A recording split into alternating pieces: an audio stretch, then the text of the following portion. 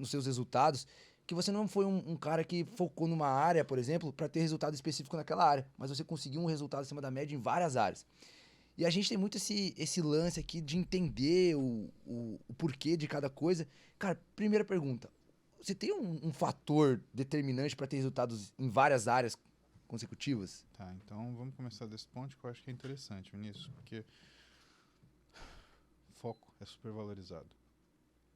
E as pessoas que elas acham que o foco vai trazer o resultado que elas desejam. E na verdade, Vinícius, não é isso.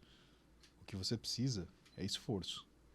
O foco, quando ele é direcionado para uma área onde a pessoa não tem esforço, ele se torna um freio. Vou te dar um exemplo. Eu resolvo ter foco em ganhar na loteria.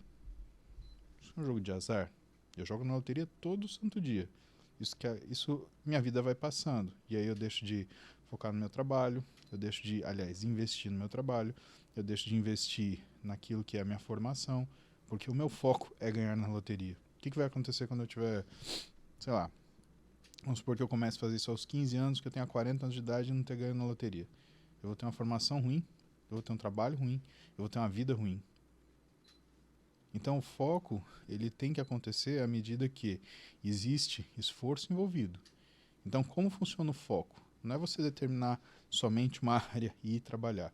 É você entender o que está abaixo da sua responsabilidade.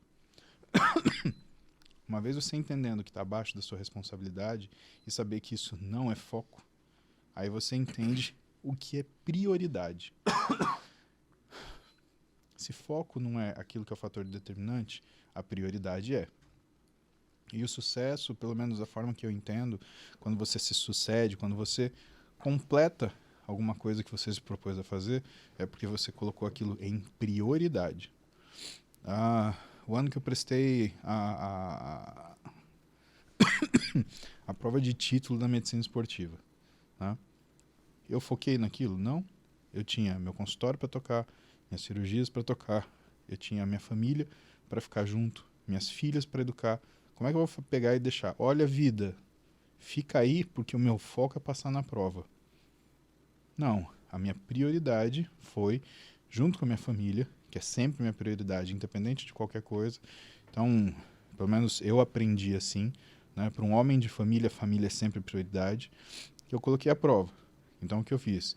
Eu atendia 1 hora a menos no meu consultório, eu limitava o meu trabalho no final de semana para ter tempo de estudar. E aí, eu consegui gerar, por esforço, um resultado positivo. Fui aprovado na prova, né? Mas eu nunca deixei de fazer todo o resto. E nunca deixei de fazer todo o resto com excelência.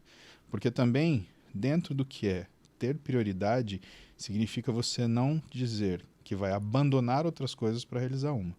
Se você tem que fazer alguma coisa na sua vida, onde você tenha que abandonar algo que você lutou para conquistar, para talvez atingir, talvez isso não valha a pena. Então, é essa a ponderação do foco que a gente precisa fazer com muita maturidade. Por quê?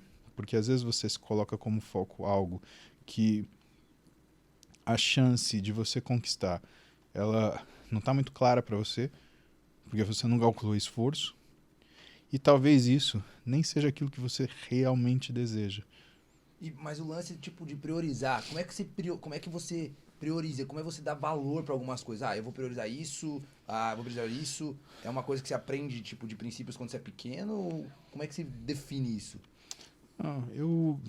Eu tenho dificuldade de responder essa pergunta sem pensar, porque ah, as prioridades, na verdade, elas se apresentam, né? Não é você que escolhe. Você tem um filho. Vou escolher meu filho? Não, meu filho é minha prioridade. Sua esposa, ela precisa de ajuda para alguma coisa. Você vai falar, não, segura aí. Não. A sua esposa é prioridade. O seu trabalho. Você teve um aumento de demanda, né? Onde você precisa vencer esse trabalho para que você complete as suas tarefas. Essa prioridade ela se apresenta. Agora, sabe, Vinícius, a gente tem que olhar isso como uma forma dinâmica, que é o que é difícil. Então, a minha prioridade no momento é no momento. Então, por exemplo, minha prioridade no momento, independente do resto que eu deixei para trás, é hoje estar com você. Quando eu voltar para São Paulo, minha prioridade vai ser outra. Segunda-feira de manhã, quando eu chegar no meu consultório, minha prioridade vai responder as mensagens do final de semana. Depois, atender bem meu paciente, dar conta da demanda dele. Isso até, sei lá, às 7, 8 da noite. Depois, vai ser dar aula para Interligas. Tá? Então, a prioridade é do momento. E o difícil né, que é onde entra o fracasso. É quando você se nega a obedecer a prioridade do momento. Exemplo. Eu tenho que dar uma aula segunda-feira à noite e eu sei que eu tenho só domingo à tarde para montar essa aula.